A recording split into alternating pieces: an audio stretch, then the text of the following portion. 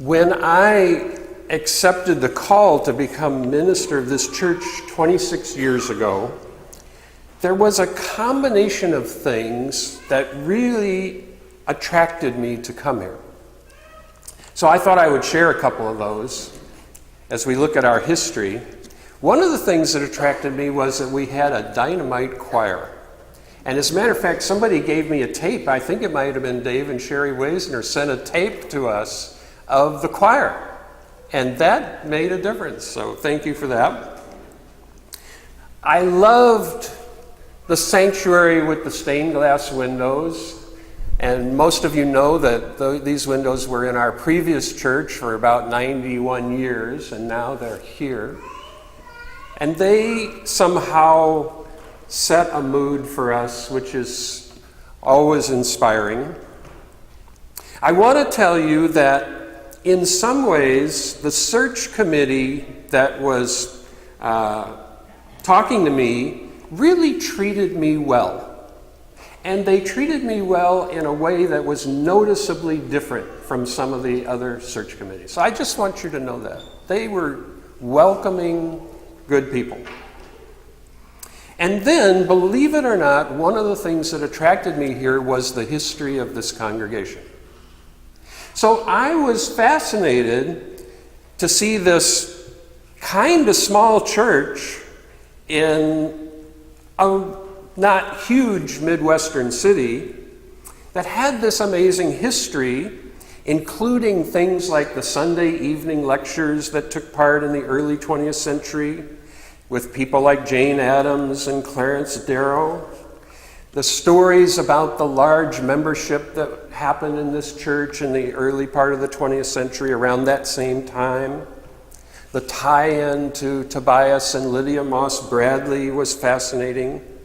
And the fact that our minister, Fred Leshane, was on the Selma March.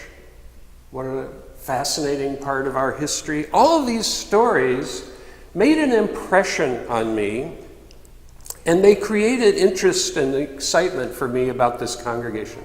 So I had the sense that there were real possibilities in this community, a congregation that had already accomplished some amazing things in its past. And so that was enticing to me when I came here. And I had the sense that there would be real possibilities in the future as well. That's what it kind of suggested to me. Well, shortly after I was here, the church celebrated its 150th anniversary. Boy, that was a big deal. So here we are now, a quarter of a century after that 150th anniversary, and celebrating another milestone of history. So who could have predicted 25 years ago what our situation would be like in 2017 and 2018? Who would predict that? Who would have known that we would build a new building on this gorgeous piece of land? We had no idea about that at that time. Who would have known that in 2017 we would be in such a tumultuous and angry political situation in our country? Who could have known that a half a century after the Civil Rights Act and the Voting Rights Act, we would still be so far from racial justice and peace about those issues? Who would have thought in a time when we seem to be making progress? Who would predict that a small little rogue nation would be threatening us with nuclear weapons? I don't think we saw that coming. Who would have thought that a country as scientifically advanced as the United States would not be playing a leading role in the response to climate change, and actually would be one of the troublemakers? Who would have thought that that would be our role? We live in an unpredictable world. There's no doubt about it. And that is tough to bear sometimes, but actually the unpredictability of the world is a reason to hope. Because it always means that we don't know exactly what's going to happen. We can't know that. So we never have enough information to give up. Because we don't know well enough what is going to happen. So in a sense, that's a reason for hope. One of the reasons that communities like ours exist is to provide a broader context in which to see the challenges of our times, or any other times. To see a bigger picture that is larger than what is going on at any specific moment. Because at any specific moment, it might not look like things are going that well. And so communities like ours, one of our challenges is to paint that broader picture and to see how we fit into that picture, to see who or what we could rely on, what is trustworthy, and to see how we fit in. How can we care for each other? And what actions can we take to do the most good possible given our circumstances, given the times we have been given? This, in part, is why we exist, I think. So given that we live in times that in many ways are difficult and stressful and dangerous, how should we react to that? What is our path forward? Strangely enough, one of the things I believe we need to do in hard times is to have fun and to enjoy life. I think we need to celebrate the joys of our lives, like my friend Glenn coming here 50 years ago, and the church having a 175th anniversary, and all these wonderful things that are worth celebrating. The beauty of the woods is worth celebrating. So I think one of our roles is to enjoy life, to enjoy good company, getting together, enjoy food and drink, and to laugh and tell stories and dance. Do you remember the time that such and such happened? Tell that story. So life is full of opportunities to enjoy, and I think it's not wise stewardship of the gifts of life to let these moments pass by without honoring the beauty and the lusciousness of life. So I think that's one of the things we need to do. Let the good times roll even in the midst of hard times. So that's one little piece of wisdom that I think is important for us to follow. Now, related, but not exactly the same, is that we are called, I think, to take care of ourselves and each other. I think that's part of what we're called to do. Part of our essence is to be a caring community. So our cards and phone calls and lunches and covenant circles, hospital visits and exercise buddies, even if we don't always go to exercise, we can celebrate we have an exercise buddy anyway. That's a kind of caring. Even better if we go. And even our memorial services are all dimensions of this caring, ways to express it. But underneath all these is a simple attitude of simply caring for and about each other.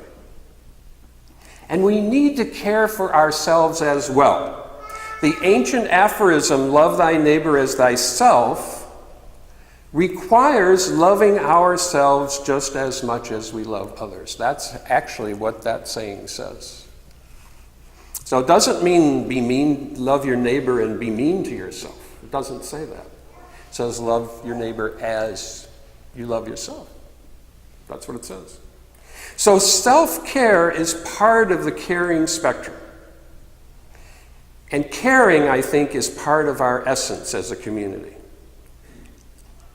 Now, building on a foundation of enjoying the gifts of life and caring for ourselves and others, then I think we need to work together then to address the profound needs of our community and our wider world. We need to organize ourselves in this work in the most efficient and effective way possible and do as much good as we can without burning ourselves out or inadvertently creating more problems than we solve. Two great challenges of trying to help out in the world. To not burn ourselves out and not inadvertently create more problems than we solve. So we need to be people who know how to work together, to get through all the pitfalls of human interaction and make good things happen. This is a skill set that develops over a lifetime, how to do this, without getting all kinds tangled up. We have an impressive number of people in this community with these kinds of skills. It's extraordinary, and we are fortunate to be in that position. But we can all continue to grow in this direction. Human beings working together, a profound challenge in all times and all places for us to be able to do that. And to keep our goodwill and to keep moving in a positive direction. That skill set, by the way, has survival value in the world. That's a survival element for humanity. So where should we focus our energies as we work together? In these demanding times, where should we focus our passion and goodwill? So I want to suggest that our tradition and our innate moral sense both point in at least one clear-cut direction, and that is the direction of protecting human rights and civil rights. I think our tradition is absolutely clear on this. Our very first UU principle lifts up the worth and dignity of every person. And our Universalist heritage proclaims that no human being is headed to an eternal hell, which is another way of saying that every person has worth and dignity. It's another way of stating that truth. It doesn't mean that people are not responsible for their actions. We're all responsible for our actions all the time. But in our tradition, we are counseled not to divide people into the good and the evil, the saved and the damned, or any other binary category like that. In traditional language, we would say that all people are God's children. But we can say everyone has worth and dignity, and it means the same thing. So we're compelled, I think, and our tradition teaches us to speak up for the civil and human rights of all people, especially in these times. And that includes Muslims, LGBTQ people, women, children, immigrants, African Americans, Native Americans, and really just everyone. That's another way, just everyone. We are on a solid track, I think, whenever we defend human rights, the rights of people to live in peace and have a fair shot in life. And our country, sad to say, is going through a little time here where we are off the track in this department. We are not on track right now. In this era of a kind of persistent bigotry and racism that is really coming out and being more expressive at this time, Islamophobia, and a host of other small-minded and mean-spirited delusions. Our neighbors in St. Louis right now are going through another troubling incident where justice seems to remain a distant goal and seems to get farther away right now. So part of our historic role is to make our voice heard for the rights of all people to live in peace and be treated fairly. This is not, as they say, rocket science. But it is our call to do this. This is part of what we are called to do, I believe. I want to add in this particular era that we live in, it's just not human and civil rights that are in danger, but I would suggest that it's really the ongoing existence of the great experiment in democracy called America. Without wanting to mess up this beautiful day, there is an element in our country that actually is working to weaken the democratic institutions of our country and try to throw them into a kind of chaos where they don't work as they were designed, or perhaps at all, and then that creates the possibility to see democracy deteriorate and move into more of a kind of tyranny. So we have to be conscious about that. And in our purposes and principles, we say we believe in democracy. That's one of our principles. So I think these are times in which we will need to defend democracy if we wish to have it continue. And so that should be an easy thing for us to know about, because it's right there in our tradition. Some of our Unitarian ancestors wrote some of those words at the beginning of our nation. That's where we belong. So we're going to have to lift up our voices for civil rights, including some things that at least some of us, not all of us, but some of us never thought were really in question. Things like voting rights. It never occurred to me when I was a kid that anybody would have a problem voting. That just wouldn't enter into my mind. This is America. But we're going to have to think about those. We're going to have to think about equal rights in the criminal justice system and about due respect for our democratic institutions. So one of the realities of this time is that democracy is not guaranteed. There's no guarantee that we'll always have democracy. Democracy is something that has to be defended and worked for. And I think that is part of our calling. We have to make sure it survives. Now, Reverend William Barber, who is a Baptist preacher from North Carolina, I did a course on one of his books not too long ago, says that to make these things happen, we will need to form what he calls fusion coalitions. So we'll have to align ourselves with what he calls unlikely allies. So what is an unlikely ally? Well, I'll tell you, just the fact that Reverend Barber is a Baptist preacher puts me in an unlikely ally moment. That's a bridge that needs to be crossed. But I get that he has a significant piece of the truth, and he's preaching that truth for us. Those of us who love freedom and civil rights and love democracy will have to do this in our country and let go of trying to do it in other countries. This is the place where we need to establish democracy, if we can do it. And we're going to have to band together and all work to create this world we want to live in. We're going to have to band together and create these unlikely allies. So who would that be? All the black and brown and white people, the Muslims, the Christians, and the Jews banding together, gay and straight people, Southerners and Northerners, people of different religions, people of different political ideas. We have to create bonds with all these people if we're going to have this life that we want to live. We cannot go it alone. We cannot say, oh, the Universalist Unitarian Church, we have all those answers. That's great. We do have some. We have a piece of the puzzle, but it's not good. The UU Church is not going to fix the United States on its own.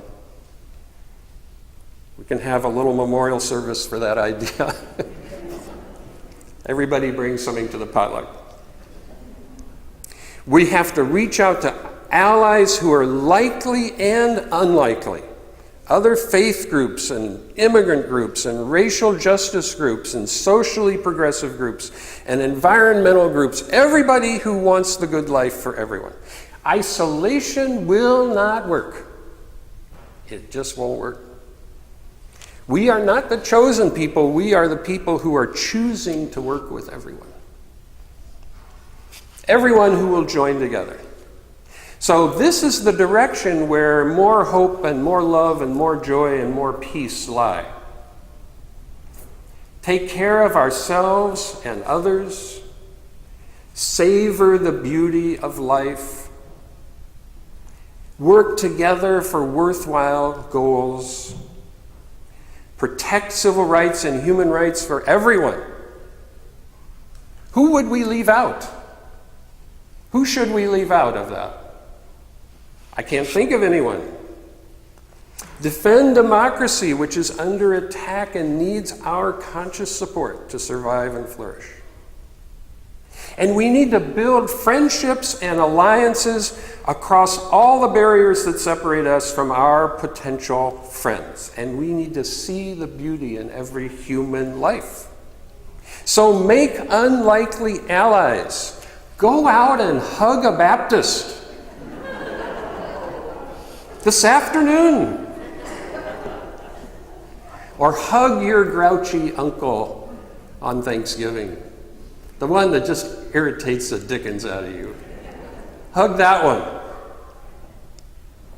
Reach across the gap and speak out with strength, but also with civility and humanity, respecting everyone while not agreeing with everyone.